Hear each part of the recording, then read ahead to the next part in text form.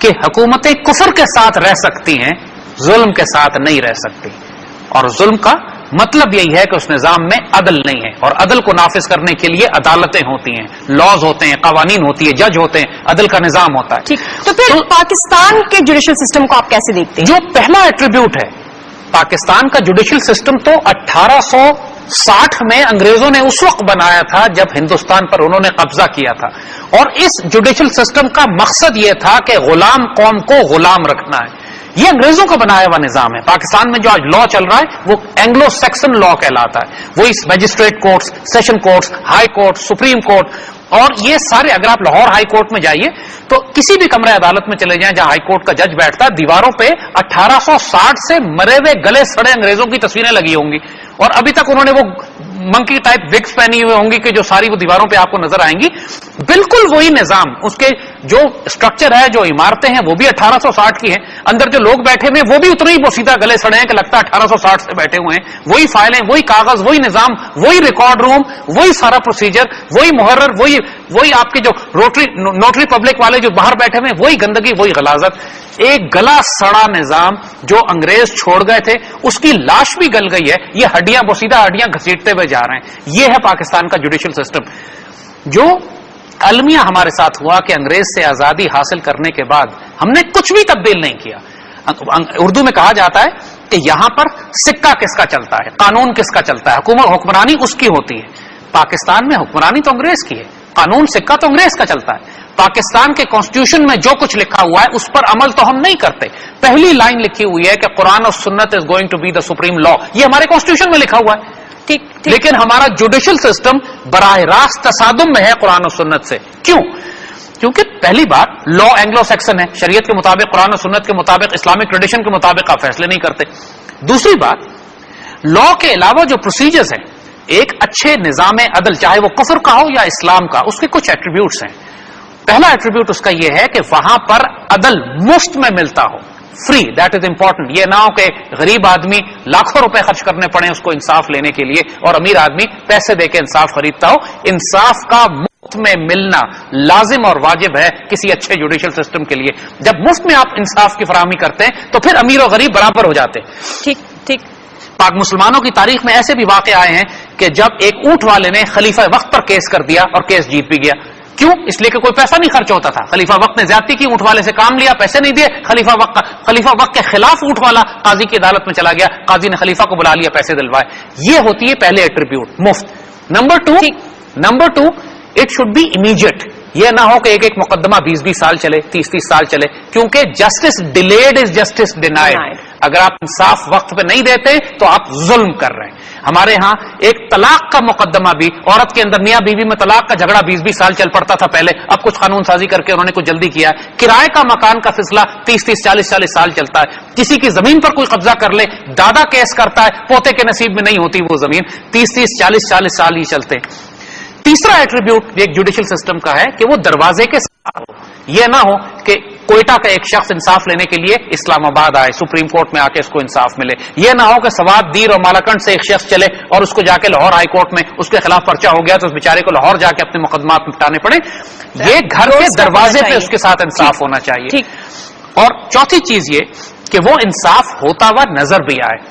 یہ بہت important element ہے. ہمارے ہاں یہ ہوتا ہے کہ جرم تو آپ کو نظر آتا ہے، دہشت گردی نظر آتی ہے، جرم نظر آتا ہے، دہشت گردوں کو سزا نظر نہیں آتی. بلکہ قرآن پاک میں حکم یہ ہے کہ جو اللہ اس کے رسول سے جنگ دیں ان کو ہاتھ اور مخالف سمتوں سے کاٹ کے سولی چڑھا دو، اور مسلمانوں کی ایک جماعت اس تماشے کو دیکھے. یعنی باقاعدہ ڈیٹرنس کریٹ کرنے کا حکم ہے. سعودی عرب میں آپ نے دیکھا کہ وہ تلوار سے گردن اتارتے ہیں نماز جمعہ کے بعد، چوک پہ اتارتے ہیں تاکہ پوری دنیا دیکھے. ایران میں وہ اس طرح کرتے ہیں، چائنا میں وہ اس طرح کرتے ہیں کہ جب کسی کرمنل کو پنش کرتے ہیں تو دنیا کو دکھاتے ہیں کہ یہ دیکھو سزا دی جا رہی ہے. وہ ڈیٹرنس کریٹ کرتا ہے، انصاف ہوتے ہوئے نظر آئے تاکہ لوگوں کو یہ پتا چلے کہ ملک میں انصاف ہو رہا ہے. آپ جرم تو دکھاتے ہیں، انصاف نہیں دکھاتے، نتیجتاً مجرموں کو حوصلہ ہوتا ہے. ٹھیک. اور پھر اس کے بعد یہ کہ اور پھر وہ قرآن و سنت پہ مبنی ہو. یعنی آئیڈیلی ویسے تو کفر کا نظام اگر ہوگا تو قرآن و سنت پہ نہیں ہوگا، لیکن اسلام کا نظام کا اگر آپ چاہتے ہیں تو اس کی بنیاد قرآن و سنت کے اوپر ہو.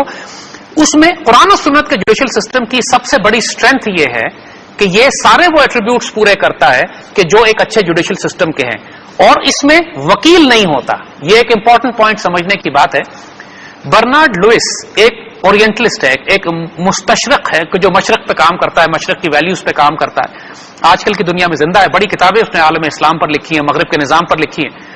وہ یہ کہتا ہے کہ مغرب کے نظام نے دنیا پر جو غلبہ قائم کیا ہوا ہے, جو ہم نے پوری دنیا کو اپنے قبضے میں کیا ہوا ہے, وہ دو شعبوں کی وجہ سے کیا ہوا ہے. ایک ہم میڈیا کی وجہ سے کرتے ہیں, صحافی کی وجہ سے, ایک ہم لائرز کی وجہ سے کرتے ہیں, قانون سازی کر کے.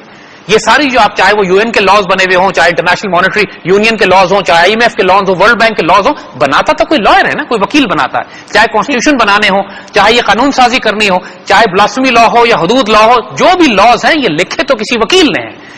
اور وہ یہ کہتے ہیں کہ ہم پوری دنیا پر قبضہ کرتے ہیں, قائم رکھتے ہیں اپنے وکیلوں کے ذریعے. قانون سازی ہم اس طرح کرتے ہیں کہ ہم کبھی اس میں شریعت کو, اسلام کو, قرآن کو آنے ہی نہیں دیں گے. اور جس طرح مثال کے طور پر ایک قتل کا مقدمہ ہے, مثال پاکستان کی مثال لیتے ہیں, ایک قتل کا مقدمہ آتا ہے, دونوں طرف سے وکیل کیے جاتے ہیں. ایک پارٹی تگڑی ہے وہ تو کر لیتی ہے, اعتزاز احسن جیسے وکیل کو 2-4 کروڑ روپے دیتی ہے.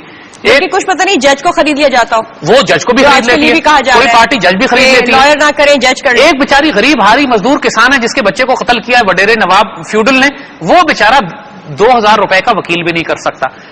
پہلی بات تو یہیں پہ انجسٹس, ظلم تو ادھر ہی شروع ہو گیا, کیونکہ وہیں پہ آپ کے تھانہ کچہری سے ہی بات وہیں سے خراب ہوئی. پھر معاملہ یہ ہے کہ وکیل کے انٹرسٹ میں نہیں ہے, وکیل کے فائدے میں یہ بات نہیں. جب آپ نے ایک پروفیشن یہ کریٹ کر دیا جس کا کام لوگوں کے مقدمے لڑنا ہے, تو اس پروفیشن کی ریکوائرمنٹ یہ ہے, اس کا رسک اس بات میں ہے, اس کا کھانا پینا اس بات میں ہے کہ مقدمے 20-20 سال چلیں. اگر مقدمے 2 دن میں ختم ہونے لگے تو وکیل کہاں سے کھائے گا, اس کی انکم جو ہے, اس کی انکم کہاں سے آئے گی. تو آپ نے ایک سسٹم بنا دیا ہے کہ جس کے اندر مقدمات جلدی انصاف دے ہی نہیں سکتے, مقدمات جب تک برسوں نہ چلیں. تو مجھے پھر یہ بتائیں زاہد حامد صاحب, آپ نے ہمیں ایٹریبیوٹس بتائے ہیں ایک فائن جوڈیشل سسٹم کے, اور پھر ہمیں جو ہم پاکستان میں دیکھتے ہیں, ہمیں جو یہ ڈفرنٹ سیکٹرز نظر آ رہے ہیں جوڈیشل سسٹم کے, کہ اینگلو سیکسن لا ہو گیا, FCR ہو گیا, جرگا اور پنچایت بھی نظر آتا ہے, پھر ہمیں شریعہ آرڈیننس بھی نظر آتا ہے, پھر ہمیں ملٹری کورٹس بھی نظر آتے ہیں. یہ ساری جو ڈائمینشنز ہیں, different dimensions of judicial system in Pakistan, ان سب کو پھر آپ کیسے ڈیفائن کریں گے؟ دیکھیے یہی عرض کر رہے ہیں نا کہ یہ ریاست جو اپنے ساتھ کانفلکٹ میں ہے. ہم نے بات کہی نا کہ پاکستان کا آئین تو کہتا ہے کہ قرآن و سنت سپریم لا ہوگا.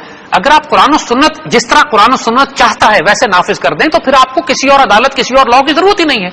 آپ کے قتل کے مقدمات مسلمانوں کی تاریخ میں حضرت عمر رضی اللہ تعالیٰ عنہ کی عدالتوں میں قتل کے مقدمات 5-5 منٹ میں فیصلے ہوتے تھے. اس زمانے میں بڑے سے بڑا مقدمہ لے آئے, یہ 15 منٹ نہیں لگتے تھے فیصلہ ہونے میں. آج 20 سال کیوں لگتے ہیں, آج لاکھوں کروڑوں روپے کیوں خرچ ہوتے ہیں؟ سوال یہی ہے کہ اگر آپ اپنے کانسٹیٹیوشن کو نافذ کر دیں, چونکہ آپ نے وہ کیا نہیں ہے, لہٰذا آپ ڈیپینڈ اس کو اس سے بچنے کے لیے, اسے ایک لائن سے بچنے کے لیے کہ جس میں لکھا ہے قرآن و سنت سپریم لا ہوگا, اس سے بچنے کے لیے آپ ہر طرف ہاتھ پاؤں مارتے ہیں. آپ اینگلو سیکسن لا جو 1860 میں انگریز نے دیا تھا, انڈیا بھی وہی چلا رہا ہے, آپ بھی وہی چلا رہے ہیں. اور اس کی مثال ہم آپ کو صرف یہ دیں کہ انڈیا میں جو مقدمات پینڈنگ ہیں ان کی مجسٹریسی کورٹ میں, سیشنز کورٹس میں, ہائی کورٹس میں, سپریم کورٹ میں, وہ اتنے زیادہ ہیں, لاکھوں اور کروڑوں میں ہیں کہ ان کو حل کرنے میں 400 سال لگیں گے. پاکستان میں جو مقدمات ہیں, اگر یہ سارے مقدمات آج کے ججز کی تعداد اور آج کے نظام کے ساتھ آپ ان کو حل کرنے بیٹھے تو 200 سال لگیں گے تقریباً. اللہ سے ڈرے انسان, کوئی قوم ایسا انصاف کر کے, عدل کر کے, اس قسم کا ظلم کر کے عدل کے نام پر چل سکتی ہے؟ یہ بات چرچل نے جب سیکنڈ ورلڈ وار میں منسوب ہے چرچل سے یہ بات, اس کو کسی نے کہا کہ پورا انگلینڈ تباہ ہو گیا, پورا ہمیں تباہی بربادی ہو گئی, ہم کس طرح, تو اس نے کہا کیا ہماری عدالتیں انصاف کر رہی ہیں؟ لوگوں نے کہا جی عدالتیں بڑے اچھے فیصلے کر رہی ہیں. اس نے کہا فکر نہ کرو, ہم زندہ رہیں گے, ہم سروائیو کریں گے, ہم بڑی عظیم قوت بنیں گے جب تک ہماری عدالتیں انصاف کر رہی ہیں. تو ہماری عدالتیں اینگلو سیکسن لا پہ چلتی ہیں جس کا آغاز ہی حرام اور ناجائز انگریز نے اس لیے بنایا تھا کہ غلام قوم کو غلام رکھنا ہے. اب انگریز چلا گیا, اس کے کالے براؤن بھورے صاحب جو ہیں وہ یہاں پہ رہ گئے اور وہی نظام چلا رہے ہیں جو انگریز چھوڑ کے گیا. نتیجہ یہ ہے کہ جو علاقے کے اور گاؤں کے لوگ ہیں وہ اینگلو سیکسن لا میں سسٹم میں پھنسنا نہیں چاہتے. وہ یہ چاہتے ہیں کہ ہم اپنے علاقوں کا فیصلہ خود کر لیں, اس لیے پنچایت بنا لیتے ہیں, جرگے بنا لیتے ہیں. اب چونکہ جہالت عام ہے لہذا وہ جرگے ایسے جاہلانہ فیصلے کرتے ہیں, جس طرح کسی انسان کو سچ ثابت کرنے کے لیے کوئلوں اور انگاروں پہ چلنا پڑتا ہے, کسی عورت کو کاروکاری کے فیصلے کر کے اس کو مار دیتے ہیں. یعنی ایسے جاہلانہ فیصلے پر ہونا شروع ہو جاتے ہیں. ہمیں جو ہے انسان توبہ کرے کہ 21ویں صدی میں بچے اور بچیوں پہ ایسا ظلم کس طرح ہو رہا ہوتا ہے. تو پھر آپ کے مطابق جو ہمارے پاس سپریم کورٹ ہے, ہمارے پاس جو federal Shariah courts of Pakistan ہے, ہائی کورٹس ہیں, ڈسٹرکٹ اینڈ سیشن کورٹس ہیں, جوڈیشل میجسٹریٹس ہیں, فیملی کورٹس ہیں, یہ سب اس میں کہاں کہاں پہ فلاز آپ کو نظر آ رہے ہیں؟ دیکھیے پورا اگر ہم اتنا بیہائنڈ چل رہے ہیں, 150 سے 200 سال بیہائنڈ چل رہے ہیں, تو دیٹس اے لاٹ. اب اس چیز کو ہم کیسے ریکور کر پائیں گے؟ اس کو نہیں ریکور کر سکتے, یہی سمپل بات ہے. دیکھیے اس کا ہم آپ کو معاملہ بتائیں کیا ہوا. پاکستان میں یہ بات نوٹ کرنے کی ہے، پاکستان کے اندر ایک باقاعدہ مسلح بغاوت کھڑی ہو گئی پاکستان میں، ہمیں باقاعدہ فوج کشی کرنی پڑی، ہزاروں لوگ مارے گئے، ایک جنگ کرنی پڑی ہمیں سوات کے علاقے میں. وہ بغاوت شروع کی ہوئی تھی، وہ بغاوت شروع ہوئی تھی پاکستان کے عدالتی نظام کے خلاف، جوڈیشل سسٹم کے خلاف. یہ بات لوگ نوٹ نہیں کرتے ہیں. جو ساری سوات کی بغاوت تھی یہ امریکہ کے 9/11 سے پہلے کی بات ہے. 90s کے اندر صوفی محمد نے جو تحریک نفاذ شریعت محمد کی موومنٹ چلی تھی، اس کا نام دیکھیں آپ، تحریک نفاذ شریعت محمد. کیوں یہ موومنٹ شروع ہوئی تھی؟ کیونکہ اٹ واز اے ریبیلین، وہ بغاوت تھی اس انگریزوں کے اینگلو سیکسن جوڈیشل سسٹم کے خلاف. اور یہی ہوتا ہے کہ جب ملک میں عدالتی نظام کام نہ کرے پھر بغاوتیں کھڑی ہوتی ہیں، لوگ انصاف مانگتے ہیں. ہوا کیا کہ بعد میں اسی بات کو ٹی ٹی پی نے 9/11 کے بعد ٹی ٹی پی نے ایکسپلائٹ کیا، ملا فضل اللہ نے. ہوتا کیا تھا کہ سوات میں 1970 کے آس پاس تک قاضی کورٹس تھیں. سوات گو کے پاکستان کا حصہ تھی لیکن والی سوات کا اپنا نظام چلا کرتا تھا وہاں پر، اور وہ قاضی کورٹس تھیں. قاضی کورٹس کا مطلب ہوتا ہے جو اسلامک جوڈیشل سسٹم میں کہ ایک قاضی بیٹھتا ہے، جج بیٹھتا ہے، اور دونوں پارٹیز سامنے آ جاتی ہیں جن کو شکایت ہوتی ہے، اور قاضی دونوں کو سن کے وہی فیصلہ کر دیتا ہے. اس میں نہ پولیس انوالو ہوتی ہے، نہ وکیل انوالو ہوتا ہے، نہ وکیلوں کی تنخواہیں انوالو ہوتی ہیں، نہ ایک لمبی لمبی تاریخیں پڑتی ہیں.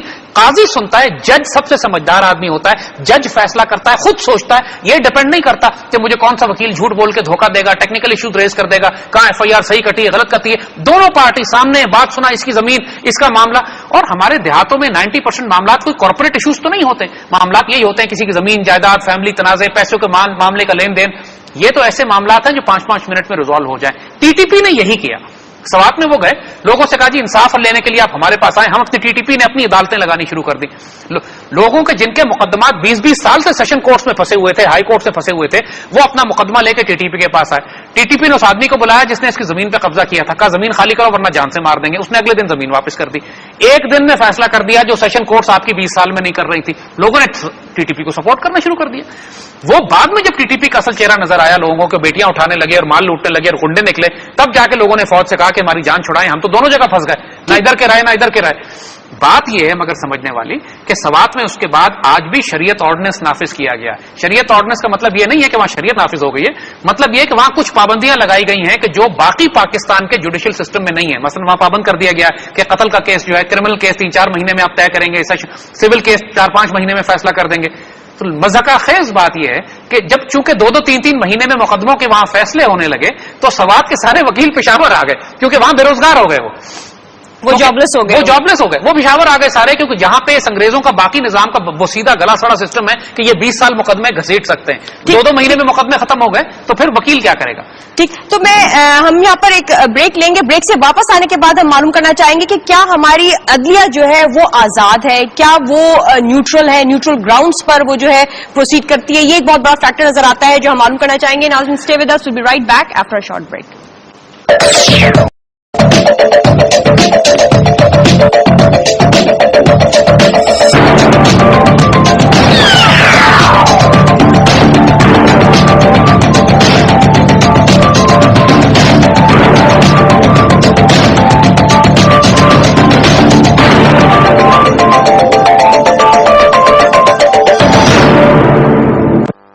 Welcome back. ناظرین، ہم آج بات کر رہے ہیں پاکستان کے جوڈیشل سسٹم کے حوالے سے. اس میں کیا ڈرا بیکس ہیں، کیوں ایک عام آدمی کو انصاف ملنے میں سالوں لگ رہے ہیں، جو ہمیں سپریم کورٹس اور دوسرے کورٹس پاکستان کے نظر آ رہے ہیں فیصلہ کرتے ہوئے، جس جانب وہ فیصلہ کر رہے ہیں، کیا اس میں ایک عام شہری کو ٹائم پر انصاف مل رہا ہے. ہم بریک پر جانے سے پہلے زاہد حامد صاحب معلوم کرنا چاہ رہے تھے کہ کیا ہماری عدلیہ آزاد ہے، کیا ان کی جو ڈیسیجن میکنگ ہے وہ نیوٹرل گراؤنڈز پر ہو رہی ہے، کیا وہ جو سو موٹو پالیسیز اپنا رہی ہے اس سے ایک عام آدمی کو انصاف مل پا رہا ہے یا نہیں. اس سارے چیپٹر کو آپ کیسے دیکھتے ہیں؟ دیکھیے، ہم آپ کو پہلے حضور صلی اللہ علیہ وسلم کی ایک حدیث کا ایک حوالہ دیتے ہیں جو پاکستان کی جوڈیشری پر پورا اترتا ہے. اور اسلامی تاریخ میں لوگ جج بننے سے ڈرتے تھے اس حدیث مبارک کی وجہ سے. باقاعدہ لوگوں کو کنونس کرنا پڑتا تھا کہ آپ جج بن جائیے، کیونکہ ججز کے بارے میں جو اکاؤنٹیبلٹی ہے دنیا میں بھی اور آخرت میں، خاص طور پہ اللہ کے ہاں جو اکاؤنٹیبلٹی ایک جج کی ہے وہ اتنی سخت ہے کہ مسلمان تاریخ اسلام میں کانوں کو ہاتھ لگاتے تھے، ہاتھ جوڑتے تھے کہ ہمیں جج نہ بنائیے. آج کل رشوتیں دے کے لوگ جج بنتے ہیں. حضور صلی اللہ علیہ وسلم کی ایک حدیث شریف ہے جس کا مفہوم ہے کہ 3 طرح کے جج ہوتے ہیں، اس میں سے 2 طرح کے جج جہنم میں جائیں گے، 1 طرح کا جج اللہ تعالیٰ کے ہاں مغفرت اس کو نصیب ہوگی. فرمایا ایک جج وہ ہے کہ جو علم رکھتا ہے، جانتا ہے سچ کو، لیکن پھر بھی غلط فیصلے کرتا ہے، یہ بھی جہنم میں جائے گا. ایک جج وہ ہے کہ جو علم بھی نہیں رکھتا، جاہل ہے اور پھر غلط فیصلے کرتا ہے، یہ بھی جہنم میں جائے گا. اور تیسرا جج وہ ہے کہ جو علم رکھتا ہے، حق کو جانتا ہے اور پھر حق کے مطابق فیصلے کرتا ہے، یہ جنت میں جائے گا. سو ججز کی صرف 3 کیٹیگریز ہیں. ٹھیک. پاکستان کے اندر ایک جج کے لیے، چاہے وہ آنےسٹ، ایماندار، سچ کو جاننے والا، حق کو جاننے والا جج بھی ہو، اس کے لیے صحیح فیصلہ کرنا ناممکن ہوتا ہے، کیونکہ پورا نظام جو اس کے نیچے کھڑا ہے، وکیل بھی جھوٹ بول رہا ہے، پولیس نے FIR جھوٹی کاٹی ہے، گواہ جھوٹے پیش کیے جا رہے ہیں، کیونکہ یہ کہا جاتا ہے کہ جج تو لا از بلائنڈ، جج کو تو فیصلہ اس ایویڈنس کے اوپر کرنا ہے جو اس کے سامنے لائی گئی ہے. اور جب پورا نظام اتنا کرپٹ ہے پاکستان میں، ذاتی طور پہ تو میں یہ سمجھتا ہوں کہ کسی جج کی مغفرت کی اللہ کیا کوئی چانس نہیں ہے. سچ بات ہم بتا رہے ہیں، کیونکہ جج جھوٹے جانتے بوجھتے بھی بیچارہ جو فیصلے کرتا ہے، نیک نیتی سے بھی فیصلے کرتا ہے، تو فیصلے غلط ہی کرتا ہے. کیونکہ آج تک کوئی FIR پاکستان میں سچی نہیں کٹی، آج تک پولیس نے کبھی کوئی سچا کیس FIR کا داخل نہیں کیا، آج تک گواہ پاکستان کے اندر شاید ہی کبھی کوئی کیس ہوا ہو جس کے اندر گواہوں نے سچ بولا ہو یا وکیلوں نے سچ بولا ہو. یہ لائر اور لائر میں فرق ہی کوئی نہیں کرتا. یہ تو ایک مذاق بنا ہوا ہے کہ جب ایک اکبر الہآبادی کا شعر ہے کسی کا کہ جب وکیل پیدا ہوا تو شیطان نے کہا آج ہم بھی صاحب اولاد ہو گئے. تو یہ تو ہمارے بزرگوں کے یہ تو ہمارے بزرگوں کے شعر ہیں کہ جو وکیل کے حوالے سے، کیونکہ وکالت کا نظام ہے ہی ایسا کہ جھوٹ بولے بغیر گزارا نہیں ہے. تو پھر آپ کو سپریم کورٹ کا رول کیسے نظر آتا ہے؟ پچھلے 5 سال کو اگر آپ لیں، جو ہمارے سامنے بات یہ ہے NROs کے کیسز ہیں، چلتے رہتے ہیں، اس میں کنٹیمپٹ آف کورٹس نظر آتے ہیں، سو موٹوز نظر آتے ہیں. سوال یہ بات بالکل واضح آپ کے سامنے اس کا جواب ہے. اگر ملک میں جنگ ہو رہی ہو اور پاک فوج دشمنوں کا مقابلہ نہ کرے، پاک فوج ہاتھوں میں چوڑیاں پہن کے بیرکوں میں بیٹھ جائے، تو پھر اس سوال کا جواب آپ کے سامنے کہ فوج کا کیا کام ہے، فوج کس لیے ہم نے بنائی ہوئی ہے. ہماری پاک فوج نے پچھلے 10-12 سال میں لاکھوں لوگوں اس میں جہاد میں، جنگ میں شریک ہوئے ہیں پاکستان کو بچانے کے لیے، ہزاروں شہداء ہیں، جانوں کی قربانی دی ہے، اور پاک فوج نے اپنی روٹی حلال کی ہے، اپنی تنخواہ کو حلال کیا ہے، اپنے وجود کو جسٹیفائی کیا ہے کہ پاکستان فوج کا ہونا لازم تھا. اگر یہ نہ ہوتی تو پاک فوج کی وجہ سے پاکستان بچا ہے، ورنہ پاکستان تباہ ہو جاتا. پاکستان کا عدالتی نظام یہ دعویٰ نہیں کر سکتا. پچھلے 10 سال سے پاکستان حالت جنگ میں ہے. اس عدالتی نظام نے نہ تو کسی دہشت گرد کو سزائے موت دی، نہ ملک میں عدل قائم کیا، نہ پاکستان کے اندر جو دہشت گردی پھیل رہی ہے اس کو روکنے میں کوئی کردار ادا کیا، نہ قانون سازی میں کوئی ادا کیا، نہ پارلیمنٹ کو مجبور کیا، نہ کیبنٹ کو، نہ حکومت کو. پاکستان کی عدلیہ نے سوائے اپنی مرضی کے کیسز لینے کے کہ جن کا ملک کو درپیش خطرات سے کوئی تعلق نہیں تھا، پاکستان کے دفاع میں کوئی کردار نہیں ادا کیا. آپ کو شاید یہ فگرز معلوم ہو کہ پاکستان کی جیلوں میں 8000 سے زائد ایسے قیدی پڑے ہوئے ہیں جن پہ سزائے موت واجب ہو چکی ہے، لیکن ان کو سزائے موت نہیں دی جا رہی، بلکہ حکومت ڈیتھ سینٹنس ہو چکی ہے. اس میں سوشل کرمنلز بھی ہیں، اس میں دہشت گرد بھی ہیں، غیر ملکی ایجنٹس بھی ہیں جن کو سزائے موت بن چکی ہے، سزائیں دی جا چکی ہیں، اور بعض سینکڑوں ہزاروں ایسے ہیں جن کے مقدمے ابھی پینڈنگ ہیں، مقدموں کو سنا ہی نہیں گیا ابھی تک، اور ان کو باقاعدہ جیلوں سے بری کرایا جا رہا ہے کیونکہ ججز فیصلہ نہیں کرتے خوف کے مارے، پولیس ان کے خلاف کیس نہیں بناتی خوف کے مارے، حکومت وقت نے سزائے موت پر پابندی لگا دی ہے. اس وقت پاکستان میں کوئی عدلیہ نہیں ہے، ہم صاف بتا رہے ہیں. پاکستان ٹوڈے. تو زاہد احمد صاحب، پھر ہمیں جو ابھی تک یہ ریزننگ ملتی تھی کہ اینٹی ٹیررزم کورٹس کے فنکشن نہ کرنے کا ایک بہت بڑی وجہ جو ہے وہ اینٹی ٹیررزم لیجسلیشن کا نہ ہونا ہے، تو ہمیں جو اب ریسنٹلی کیبنٹ کی جانب سے بل پیش کیا گیا جس میں جو ہمیں سجیشن نظر آتی ہیں، جس کے مطابق وہ کہہ رہے ہیں کہ لا انفورسنگ ایجنسیز کو اتھارٹی دے دی گئی ہے کہ صرف وارننگ دے کر وہ کرمنلز پر فائر کر سکتے ہیں. پھر جو ایویڈنسز ہیں اس میں SMS، ای میلز اور جو ہمیں دوسرے سیکٹرز نظر آ رہے ہیں وہ بھی اس میں انہوں نے اپلائی کر دیے ہیں. تو آپ کو کیا لگتا ہے کہ اب کچھ اس میں ہمیں تیزی نظر آئے گی ان ٹیررسٹ دہشت گردوں کے خلاف کچھ کورٹس میں جو ہے اب ہمیں ایکسپیڈائٹ ہوتے ہوئے نظر آئیں گے؟ ضرورت اس بات کی تھی کہ 21ویں صدی کی ایویڈنس کو ایکسپٹ کیا جائے. اب کیوں بنایا یہ لا؟ تو جب کہہ رہے ہیں نا کہ SMS، ای میل، الیکٹرانک ایویڈنس کو اب ایکسپٹ کر رہے ہیں. بالکل 1860 سے لے کر 2013 تک یہ ایویڈنس ایکسپٹ نہیں ہو رہی تھی. اتنی دیر کیوں لگی ان لوگوں کو یہ بات سمجھنے میں کہ دنیا 19ویں صدی سے 21ویں صدی میں جا چکی ہے اور آپ کو اب وہ ایویڈنس کی ضرورت نہیں ہے جو انگریز نے مقرر کی تھی. اب آپ SMS کو، ویڈیو فوٹیج کو، ٹیلی فون فوٹیج کو، ٹیلی کمیونیکیشن کو، بلیک بیری کی سروسز کو، انٹرنیٹ کی سروسز کو بھی، فیس بک کے پیج کو بھی ایز این ایویڈنس استعمال کر سکتے ہیں. اگر انہوں نے یہ لیجسلیشن بنائی ہے تو اب ان کو امپلیمنٹ کرنا چاہیے. لیکن بات یہ ہے کہ کس لیے آپ کی ساری لیجسلیشن کرتے ہیں دہشت گرد کو سزائے موت دینے کے لیے. آپ نے سزائے موت پر ہی پابندی لگا دی، تو اس ساری کارروائی کا کیا فائدہ؟ آپ نے جب سزائے موت پر ہی پابندی لگا دی ہے تو ان کو مہمان خانے میں رکھنا ہے ساری زندگی, اگلے 20-50 سال تک کھلائیں گے ریاست کے خزانے سے ان لوگوں کو, ان چوروں ڈاکوؤں کو VIP ٹریٹمنٹ دیں گے اور آخر میں ان کو جیل بریک کر کے رہا بھی کر دیں گے. تو ساری لیجسلیشن کا کیا فائدہ جب آپ سزائے موت پر ہی پابندی لگا چکے ہیں؟ مذاق کس کے ساتھ کر رہے ہیں, کس کو بیوقوف بنا رہے ہیں؟ پہلے جو آلریڈی جن کو سزائیں ہو چکی ہیں ان کو تو پھانسی دے نا, تاکہ ہمیں پتا چلے کہ آپ سیریس ہیں. یہ تو مسخرہ پن لگ رہا ہے. تو آپ کو لگتا ہے کہ جب یہ امینڈمنٹ ہوئی ہے تو سزائے موت پر, ڈیتھ سینٹنس پر بھی ہمیں حکومت کا پرسپیکٹو جو ہے وہ چینج ہوتا ہوا نظر آئے گا؟ پاکستان کے کانسٹیٹیوشن میں لکھا ہوا ہے, قرآن و سنت میں لکھا ہوا ہے, انگریزوں کے قانون میں لکھا ہوا ہے, برٹش اینگلو سیکسن لا میں لکھا ہوا ہے, جس کو یہ فالو کرتے ہیں کہ کچھ جرائم ایسے ہیں جن پر سزائے موت دی جائے گی. مذاق یہ بنا ہوا ہے کہ چھوٹے موٹے کرمنلز کے اوپر تو نیچے سیشن کورٹ سزائے موت سنا بھی دیتی ہے, سیشن کورٹ سنا دیتی ہے, ہائی کورٹ اس سزا کو مینٹین کرتی ہے, سپریم کورٹ سزا کو مینٹین کرتی ہے, حکومت پابندی لگا دیتی ہے. یہ کس قسم کا مذاق ہو رہا ہے قوم کے ساتھ؟ وہ تو ریسورسز بھی ضائع کرنے والی بات ہے, ٹائم بھی ضائع کرنے والی بات ہے. المیہ یہی ہو رہا ہے. ٹھیک, میں ایک اور سیکٹر کو ٹچ بیس کرنا چاہوں گی. ہم نے دیکھا زاہد حامد صاحب کہ ہمیں سپریم کورٹ دوسرے اداروں کو پن پوائنٹ کرتا ہوا نظر آیا, ان کے فلاس کو پن پوائنٹ کرتا ہوا نظر آیا, اس پر سو موٹو لیتا ہوا نظر آیا. لیکن جو پاکستان کا جوڈیشل سسٹم ہے اس میں جو جوینائل کورٹس ہیں ان کو 10 سال سے اسٹیبلش ہی نہیں کیا گیا, اور ان جوینائل کورٹس کے جو کیسز ہیں ان کا بوجھ بھی ہائی کورٹس اور ان دوسرے کورٹس پر نظر آتا ہے. تو آپ کو کیا لگتا ہے کہ پہلے جوڈیشل سسٹم کو اپنے اندر کے ڈرا بیکس کو ٹھیک نہیں کر لینا چاہیے؟ اس میں کوئی شبے کی بات نہیں ہے. دیکھیے, دنیا کے سارے جو آزاد جوڈیشل سسٹمز ہوتے ہیں, عدالتی نظام ہوتے ہیں, وہ اپنے اوپر سے لوڈ کو کم کرتے ہیں. آپ صرف یہ دیکھ لیجئے, امریکہ کتنا بڑا ملک ہے, 25 کروڑ کی آبادی ہے. امریکہ کی سپریم کورٹ میں کتنے کیسز جاتے ہیں ایک سال میں, آپ یہ دیکھ لیجئے.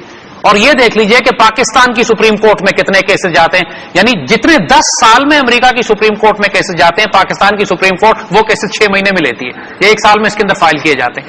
سو یہ کیا مذاق ہو رہا ہے؟ ریزن یہ کہ پاکستان میں سسٹم آپ نے ایسا بنایا ہوا ہے کہ مقدمات عدالتوں میں جاتے ہی جاتے ہیں. کوئی آپ نے آربیٹریشن کورس نہیں بنائی ہوئی کہ مقدمات باہر تصفیہ کر لیا جائے. آپ کے جو اسمال کلیمز کورٹس ہیں باہر کے ملکوں میں, چھوٹے موٹے معاملات, تنازعات جو لوگوں میں ہو جاتے ہیں, وہ ایک چھوٹی عدالت الگ سے طے کر دیتی ہے, وہ مین عدالتوں تک کیس جاتا ہی نہیں ہے, آربیٹریشن ہو جاتا ہے, تصفیہ کر لیا جاتا ہے. جو میجسٹریٹ کورٹس ہیں آپ کے خیال میں کیا وہ اس لیول پر پرفارم نہیں کر سکتے؟ دیکھیے, مائنر کیسز کو وہ وہیں پہ بات یہ ہے کہ پہلی بات تو آپ کو یہ سمجھنا ہے کہ آپ اپنے عدالتی نظام سے پریشر کو کم کریں. آپ کو باہر چھوٹے چھوٹے ایسے عدالتی نظام بنانے پڑیں گے کہ جہاں پہ جیسے کہا کہ 99% مسائل ہماری قوم کے ایسے ہیں کہ جو آپس میں تصفیہ کر کے ریزالو ہو سکتے ہیں. اس کے لیے FIR کاٹنے میں, تھانے میں جانے یا عدالت میں جانے کی ضرورت آنی نہیں چاہیے. ایسا ٹرائل فرنٹیئر میں کیا جا چکا ہے. یعنی اویس غنی صاحب جب گورنر تھے صوبہ سرحد کے, انہوں نے فرنٹیئر کے کچھ علاقوں میں یہ ایکسپیریمنٹ کیا کہ پولیس اسٹیشنز کے ساتھ انہوں نے مصالحتی کمیشنز, پنچایتیں بنا دی چھوٹی چھوٹی, اور علاقے کے جتنے لوگوں کے کیسز آتے تھے پہلے وہ پنچایت میں جاتے تھے. پنچایت سب لوگوں کو بلا کے پوچھتی تھی کہ جھگڑا کیا ہے تمہارا, جی میری بھینس مار دی اس نے میرے گھر کی دیوار گرا دی, میرا فصل خراب کر دی. مائنر ڈسپیوٹ, لوگوں کے ڈسپیوٹ یہی ہوتے ہیں گاؤں میں کہ جی میرے علاقے سے اس کا جانور گھس گیا, میری فصل میں خراب کر دیا, تو یا اس نے میرے ساتھ لڑائی کی, میرے بیٹے کا سر پھاڑ دیا. تو یہ پنچایتیں مل بیٹھ کے 90% کیسز وہی ریزالو ہونے لگے, اور ان پولیس اسٹیشنز میں 90% کیسز کم رجسٹر ہونے لگے. جہاں 100 رجسٹر ہوتے تھے وہاں 10 کیسز رجسٹر ہونے لگے. یہ ایکسپیریمنٹ پاکستان میں کیا جا چکا ہے. آپ کے خیال میں جو ہمیں KPK کی حکومت یہ ایکسپیریمنٹ کرتی ہوئی نظر آ رہی ہے آج کے لحاظ سے کہ انہوں نے موبائل کورٹس ایک بس کی صورت میں جو ہے وہ فراہم کر رہے ہیں, کیا یہ ایک بیٹر اسٹیپ نظر آتا ہے؟ یہ اچھی بات ہے. یہ اب پاکستان یا اس کی جگہ چھوٹی چھوٹی پنچایت اگر قائم کر دی جاتی ہیں پولیس اسٹیشن کے ساتھ, وہ زیادہ فائنینشلی بھی پورا نظام اوور آل کرنے کی ضرورت ہے. بات یہ ہے کہ یہ بات تو کرنی پڑے گی آپ کو کہ آپ کو موبائل کورٹس پورے پاکستان میں بنانی پڑیں گی. جیسے کہا کہ جو انٹیریئر سندھ میں یا انٹیریئر بلوچستان میں یا پنجاب کے کسی گاؤں میں کوئی جرم ہوتا ہے تو اس بیچارے کو آنا پڑتا ہے ہائی کورٹ لاہور کے لیے یا سیشن کورٹ آنا پڑتا ہے, اور یہیں پہ سارا انصاف کا مقصد ختم ہو گیا کہ جب ایک غریب آدمی کو اپنا کاروبار, روٹی رزق چھوڑ کر سینکڑوں میل دور جا کے عدالت میں دروازہ کھٹکھٹانا پڑتا ہے. بات تو وہی ختم ہو گئی ساری. تو موبائل عدالتیں آپ کو ہر ڈسٹرکٹ میں بنانی پڑیں گی. آپ کو عدالتیں ساتھ ساتھ آربیٹریشن کورٹس کے کیس عدالتوں میں نہ جائے, آپ مصالحتی کمیشنز بنا کے پہلے مصالحت کر کے کیس ختم کر دیں. بہت تھوڑے کیسز ہوں گے, آپ نوٹ کیجئے گا. کوئی عدالت کچہری پولیس کا چکر نہیں کاٹنا چاہتا. لوگ چاہتے ہیں معاملے تصفیے سے ہو جائیں. ملک میں جرگے کا نظام ہے, پنچایت کا نظام ہے, پورے معاشرے کے ہمارا دیہاتی معاشرہ ہے, اس کے اندر یہ پنچایت اور جرگوں کا نظام ایکسپٹ کیا جاتا ہے. لیکن اگر یہ حکومت کی نگرانی میں ہوتا ہی ہے کہ علاقے کا نمبردار, چودھری, علاقے کا فیوڈل, علاقے کا وڈیرا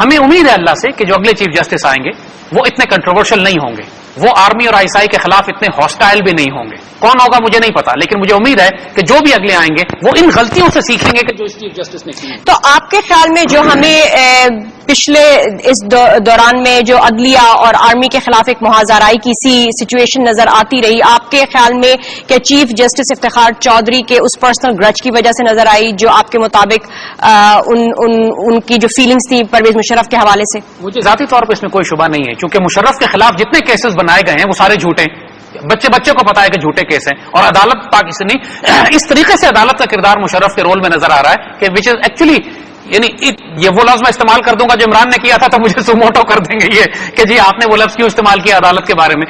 ٹھیک، اکبر بگٹی کو اس نے قتل نہیں کیا مشرف نے، بالکل جھوٹا کیس ہے، بالکل فراڈ مقدمہ بنا ہوا ہے، پاکستان کے پیٹریوٹس پہ پرچے کاٹے جا رہے ہیں مشرف پہ، اویس غنی کے اوپر، باقی جن کا کوئی تعلق ہی نہیں ہے اور قتل ہوا بھی نہیں.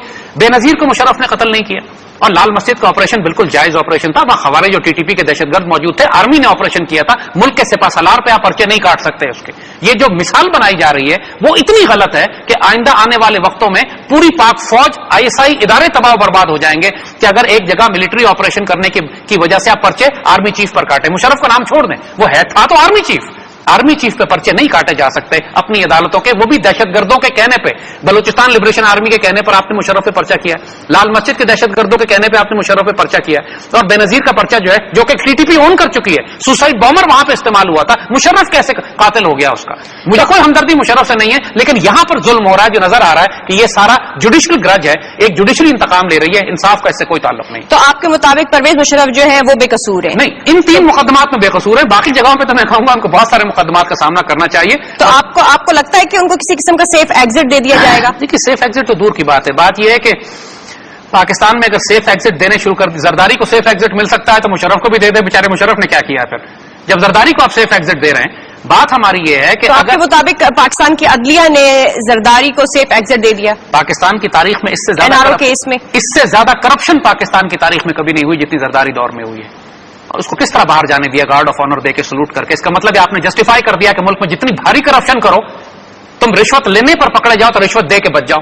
ایک مذاق بنا ہوا ہے پاکستان میں، اور یہ جو کچھ مثال عدلیہ قائم کر رہی ہے یہ مثال تو استغفر اللہ العظیم نسلوں میں تاریخوں میں لکھا جائے گا کہ ایک دور عدلیہ کا ایسا بھی آیا تھا. لیکن پھر ہمیں عدلیہ کا جو رویہ نظر آیا پیپلز پارٹی کی حکومت کی جانب، ان کے پرائم منسٹرز کو کنٹمپٹ آف کورٹ بھی لگتا ہوا نظر آیا، تو پھر اس کو آپ کیسے کہیں گے؟ پیپلز پارٹی کی تو ہمیشہ سے یہ شکایت رہی ہے کہ عدلیہ کا سلوک ہمارے ساتھ ڈسکریمنیٹ کر رہا ہے. منسٹرز کو انہوں نے کنٹمپٹ آف کورٹ کیا دیا، یہ ساری کارروائی دکھائی، وہ تو ویسے ہی پپٹ تھے، اصل آدمی تو زرداری تھا.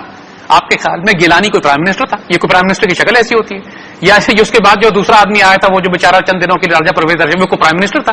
یہ تو پرائم منسٹر کے نام پہ مذاق تھے. زرداری واز دی مین، اس کو کیوں باعزت بری کر دیا؟ اور سارے NRO کا دھڑا بھی ہے. NRO جب آپ نے کینسل کر دیا کہ NRO آپ نے خود کہا کہ لیگل ہے تو سارے کیسز کو کھول کر اس کو سزا کیوں نہیں سنائی؟ جبکہ سب کو پتا ہے کہ سوئس کیسز ہوں، لیٹرز کے اوپر سال جھگڑا چلتا رہا، اس کے باوجود بھی اس کو ایسا باعزت کر کے بری نکال دیا کہ انسان ہنستا ہے کہ یہ کس کو بیوقوف بنا رہی تھی عدلیہ، کس کو قوم کو کس طرح آنکھوں میں دھول جھونکی گئی، کیا مذاق ہوا ہمارے ساتھ. تو پھر یہ جو پرسپیکٹو ہے کہ عدلیہ کی انکلینیشن مسلم لیگ نواز کی جانب نظر آتی ہے، اس بارے میں آپ کیا کہیں گے؟ کیا ہے عدلیہ کی انکلینیشن؟ صدائے خلق ہے، نقارہ خدا بھی یہی لگتا ہے، دنیا کو تو یہی نظر آ رہا ہے کہ نواز شریف حکومت کے جو سارے معاملات ہیں اس کی طرف عدلیہ کا بڑا نرم رویہ ہے، اور جو کچھ رویہ فوج کے خلاف ہے، جتنا رویہ ISI کے خلاف ہے، جتنا رویہ ان لوگوں کا اور معاملات کے خلاف ہے، اس کا اگر 1% بھی یہ دہشت گردوں کے خلاف یا ٹیررسٹ کے خلاف اتنا سخت رویہ ان کا ہوتا تو آج پاکستان میں یہ دہشت گردی نظر نہ آ رہی ہوتی. میں اسی لیے کہہ رہا ہوں کہ یہ چیف جسٹس بہت زیادہ کنٹروورشل ہو گئے ہیں. مجھے ان کے 2 ہفتے رہ گئے ہیں اب ان کے جانے میں. مجھے اللہ سے امید ہے کہ اگلا چیف جسٹس جو پاکستان میں آئے گو کہ نظام کفر کا ہی ہوگا، نظام اینگلو سیکسن ہی ہوگا، نظام وہی سیشن کورٹس، ہائی کورٹس، وہی ظلم کا نظام قائم رہے گا، لیکن کم از کم اس لیول پر چیف جسٹس کچھ بڑے فیصلے ایسے کرے گا یا کر لے کہ مثلا جیسے دہشت گردوں کو سزائے موت دینے کا فیصلہ ہے، یا لوٹی ہوئی دولت یا کرپشن جن لوگوں نے کی ہے پچھلے 5 سال میں ان کو سزا دینے کا معاملہ ہے، فوج کے خلاف جو محاذرائی چل رہی ہے عدلیہ کی اس محاذرائی کو کم کرنے کا معاملہ ہے، کم از کم یہ بڑے کام بھی کر دے اور فوج کو تھوڑا فری ہینڈ دے دے کہ اپنا کام کر لے. آپ کی سجیشن میں زاہد حامد صاحب کے اس وقت پاکستان کا چیف جسٹس کون ہونا چاہیے گیون دا سینیریو جو آپ کے سامنے پرسنالٹیز ہیں؟ اگر آپ کو فیصلہ کرنا ہو تو آپ کس شخصیت کو نامینیٹ کریں گے؟ چیف آف آرمی اسٹاف کو. اس وقت ہم یہ کہہ رہے ہیں جنرل پرویز کیانی کہ ساری دہشت گردی کا جو معاملہ ہے وہ تو آرمی چیف کے حوالے کر دیں، اس کو چیف جسٹس بنا دیں، دہشت گردوں کے خلاف ملک میں امن قائم ہو جائے. اگر آرمی سیکٹر کو ہٹا دیں تو اس کے علاوہ آپ کس کو میں جوڈیشری کا آدمی نہیں ہوں، ججز میں کون اچھا جج ہے اللہ بہتر جانتا ہے، آئی ڈونٹ نو دا ججز، لیکن وہ خود فیصلہ کرے آپس میں میرٹ پہ کون اچھا. لیکن ایک جج ہائی کورٹ میں، اسلام آباد ہائی کورٹ میں ایسے بھی ہیں جو لال مسجد کے لائر رہ چکے ہیں. اگر اس طرح کے ججز کو آپ نے، لال مسجد کے دہشت گردوں کا جو لائر ہے اس کو آپ نے جج بنا دیا اسلام آباد ہائی کورٹ کا، اگر اس طرح کے ججز آ کے چیف جسٹس بنیں گے اور پاکستان کے عدالتی نظام کو آئیں گے تو پھر ہم کو ٹی ٹی پی کی ضرورت نہیں ہے، پاکستان کے خلاف دہشت گردی عدالتیں ہی کر لیں گی، یہی کافی ہیں. جی بہت بہت شکریہ زاہد حامد صاحب ہمیں جوائن کرنے کا. ناظرین جیسا کہ آپ نے دیکھا کہ آج ہم نے پاکستان کے جوڈیشل سسٹم کے ڈرا بیکس کو کور کرنے کی کوشش کی، سمجھنے کی کوشش کی کہ کون سے ایسے قدم ہم اٹھا سکتے ہیں جس سے کہ ایک بہتر جوڈیشل سسٹم جو ہے وہ ایوالو ہو پائے، ایک عام شخص کو اس کے ڈور سٹیپ پر اور تیزی سے انصاف کیسے مہیا کیا جائے. ہمیں کافی ڈرا بیکس نظر آ رہے ہیں. ہمارے ملک میں جوینائل کورٹس موجود نہیں ہیں، ہمارے ملک میں لوگوں کو جو انصاف کا ٹائم فریم ہے وہ کافی طویل عرصے تک جو ان کو انتظار کرنا پڑتا ہے. ہمارے جوڈیشل سسٹم جو کہ دوسرے اداروں کے ڈرا بیکس کو نامینیٹ کر رہے ہیں، پوائنٹ آؤٹ کر رہے ہیں، اگر اپنے ادارے کے اندر رہتے ہوئے ان فلاز کو کور اپ کر لیں تو وہ اس سے بھی عوام کو بہتری مل سکتی ہے. آج کے لیے اتنا ہی. See you all tomorrow night. Until then اپنا اور اپنے پاکستان کا بہت خیال رکھیے گا. اللہ حافظ اینڈ گڈ نائٹ.